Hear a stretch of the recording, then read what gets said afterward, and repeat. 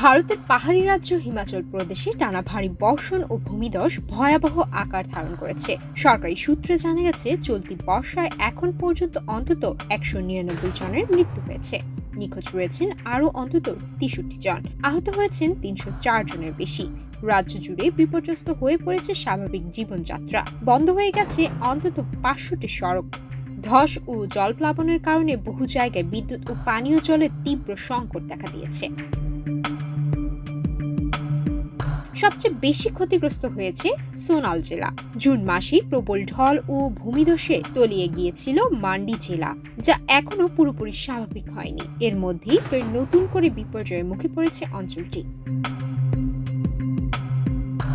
এদিকে উত্তরাখণ্ডেও চলছে একই রকম প্রাকৃতিক দুর্যোগ। উত্তর কাশীর ধারালি গ্রামে 12,500 ফুট উচ্চতা থেকে 45 কিলোমিটার বেগে নেমে আসে পাহাড়ি ঢল। মাত্র 30 সেকেন্ডে গ্রামের বহু ঘরবাড়ি ভেসে যায়, সৃষ্টি হয় ধ্বংসস্তূপের। হিমাচলের কিন্নর জেলার অবস্থাও ভয়াবহ। ধস ও ভারী বৃষ্টিতে বন্ধ হয়ে গেছে একাধিক সড়কপথ। কৈলাস দর্শনে যাওয়া 413 জন যাত্রী মাঝপথে আটকে পড়েছেন। স্থানীয় মানুষদের সঙ্গে তারাও পড়েছেন ভয়াবহ দুর্যোগে। বুধবার সকালে ইন্দো তিব্বত সীমান্ত পুলিশ ও জাতীয় বিপর্যয় মোকাবেলা বাহিনী যৌথ অভিযানে তাদের উদ্ধার করে। পরিস্থিতি সামাল দিতে হিমাচল সরকার যুদ্ধকালীন তৎপরতায় কাজ শুরু করেছে।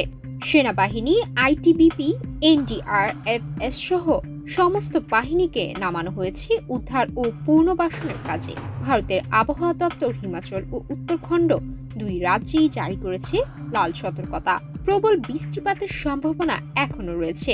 রাজ্যের মুখ্যমন্ত্রী সুখবিন্দর সিং সুক্খু জানিয়েছেন, সরকার দুর্গতদের পাশে আছে এবং প্রয়োজনীয় সব রকম সাহায্য দেওয়া হবে। সুমায়া মিতু, বাংলাদেশ প্রতিদিন।